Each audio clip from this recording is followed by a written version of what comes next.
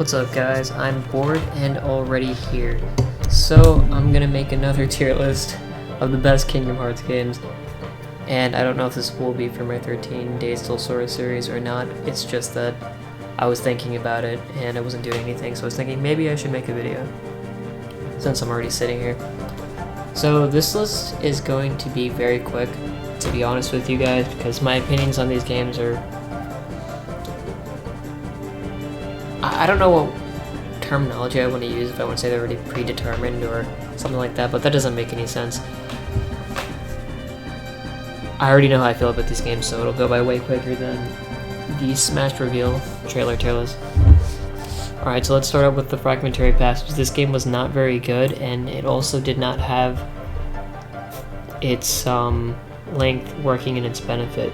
This game was essentially just a tech demo for Kingdom Hearts 3, so I don't really know what you want me to say.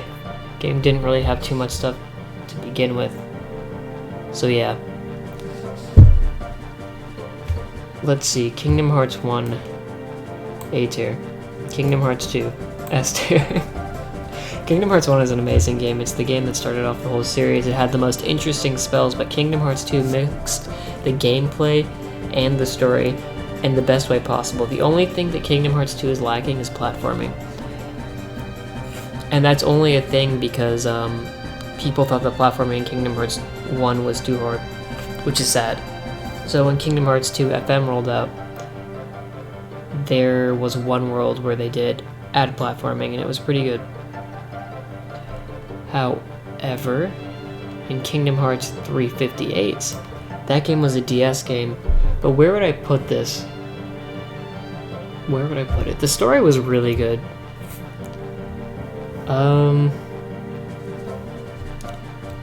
I will put this in B tier.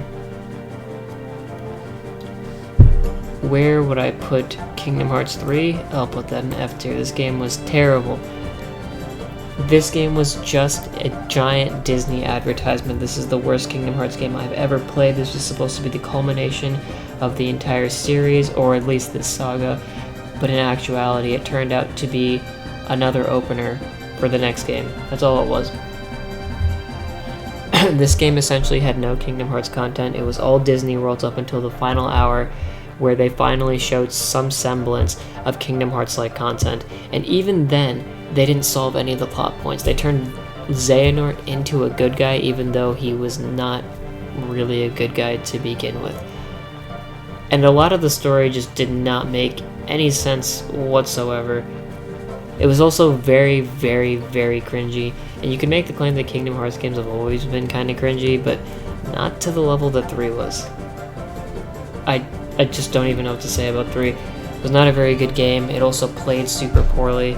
Everything was so floaty. It was easy to fly up to enemies just by jumping and pressing the X button. I don't know. You had to at least time your attacks in 2 and 1 to even be able to get to that level. But in this you could just spam the X button and get there immediately. Not to mention that spells were insanely broken. In Kingdom Hearts 2, you could only do that well if you knew how to play the game and play with the game's mechanics. In 3, you don't really have to know how to play the game well at all, you just spam. And you could literally one-shot some bosses, even on critical, with certain summons. Like, for example, if you had the aerial summon, you could destroy bosses' health bars. And the Wreck-It Ralph summon, if you did that against the boss Entangled, you literally one-shotted it. That's what I did. I think I have a video up where I one-shot a boss in the Tangled world. Unless I had to take it down because of copyright or something like that, which is, it's possible, but I might have a video up where I can show you guys. Birth by Sleep, this is a really good game too. Arguably, it had the best story.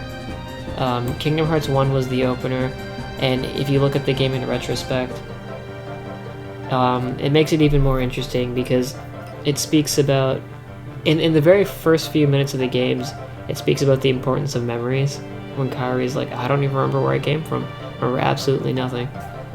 And memories are very important in all of these games, but especially this one right here. Birth by Sleep is a really good game, but I don't think the gameplay was as good as 2. So that's the reason why I'm putting it in A tier. Recoded, I just thought this game was kind of whatever. So I'll put it here. I never played Recoded, to be honest with you, so I don't even know where I would place this game. I thought the whole plot about Data and there being a fake Sora was so lame and boring, so I never really cared for it that much. But apparently the whole Data subplot is probably the most important plot in the Kingdom Hearts series now, with the most recent additions to the story. What is this, Chain of Memories? Or Re-Chain of Memories, however you want to call it. Where would I put that? Re-Chain of Memories. It had an interesting story, but the gameplay was really boring. I will put these two... You know what? I'll put these two in the same place. Dream Drop Distance. This game had an interesting story, and the gameplay was kind of interesting too. Balloon was very broken, but I think it was really interesting how Sora actually lost to the darkness in that game. I thought that was really cool. I thought that would never happen. So because of that, I'm going to put it here. I still don't think it was better than any of these games. It was a really good setup game, because the end of it literally tied into the epicness that 3 should have been, but it wasn't. And I don't know how people are going to feel about this, because I feel like most people have not played this game. This is one of the best games in the series. Probably the best game in the series. But Kingdom Hearts 2 just holds a special place in my heart. But if you look at this game story-wise, this is the most important game in the series. And yes, I realize that there's 2 tiers separating that have absolutely nothing there, but that's okay, because this is how bad these 2 games are. They're really bad. I don't like them at all. And to tack on to 3, I'll put this game in here because this is literally a tech demo for 3. But 3, that's a full $60 priced game.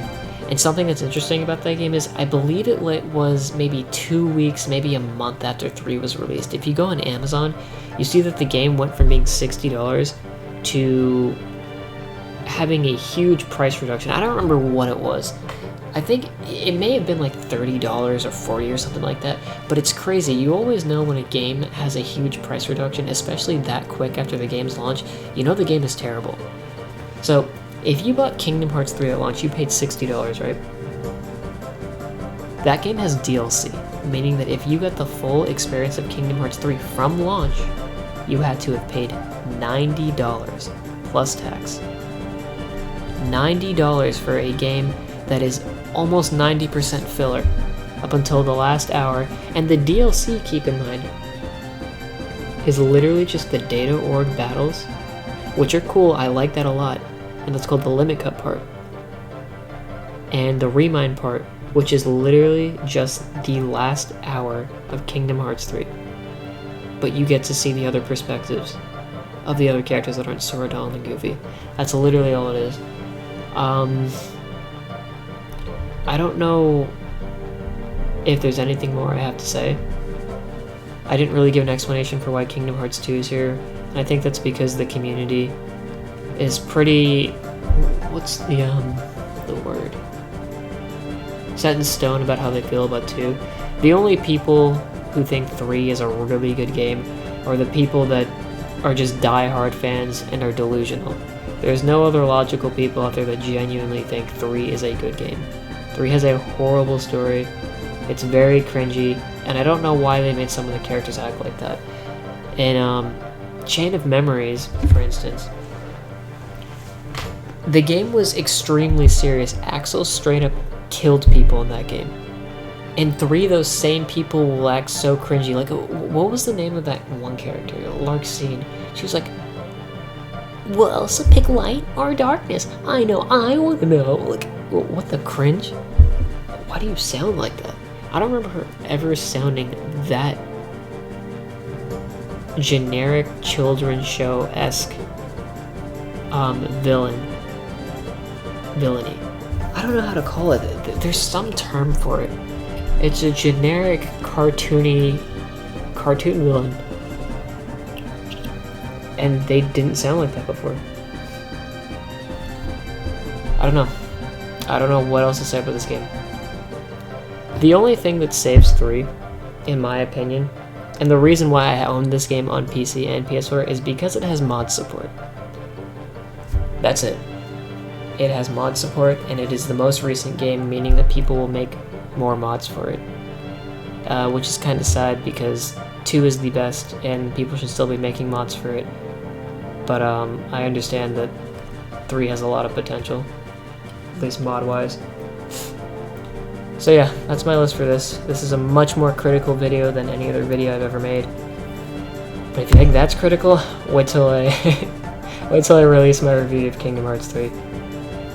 And I'm not going to be completely unfair to the game. I will sing its praises as well. I'm not going to just completely dog on the game, but that game does have way more flaws than it does pros, or way more cons than it does have pros. What would I say the game's pros are? Good graphics, it has the best gummy missions of any Kingdom Hearts game ever. However, no one really liked the gummy missions to begin with, so who cares? If you know what I mean.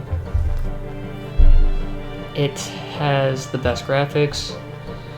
And the worst thing about 3, I feel like, is the music is just a bunch of remakes of songs that have already existed. Every other game here, biting this one, right, the mobile game, which has probably the best story out of any of these. And it has the most interesting gameplay as well. I thought the gacha mechanic was actually, not mechanic, the gacha style of the game made the game way more fun. Because it's like, you'll get a medal of your favorite character. It's like, oh, I got illustrated Shion, that's awesome. You know? Let's see. Where was I getting at? This game had the best story. And this game just had the worst. I don't know how to explain it. Even though this game tries to correlate the story from this game, but they barely show any of this game, so you wouldn't really understand the last few minutes of this game unless you played this game. And if you guys are confused on what I'm saying, it's because Kingdom Hearts is a very confusing series. So, yeah. I'm really tired, by the way.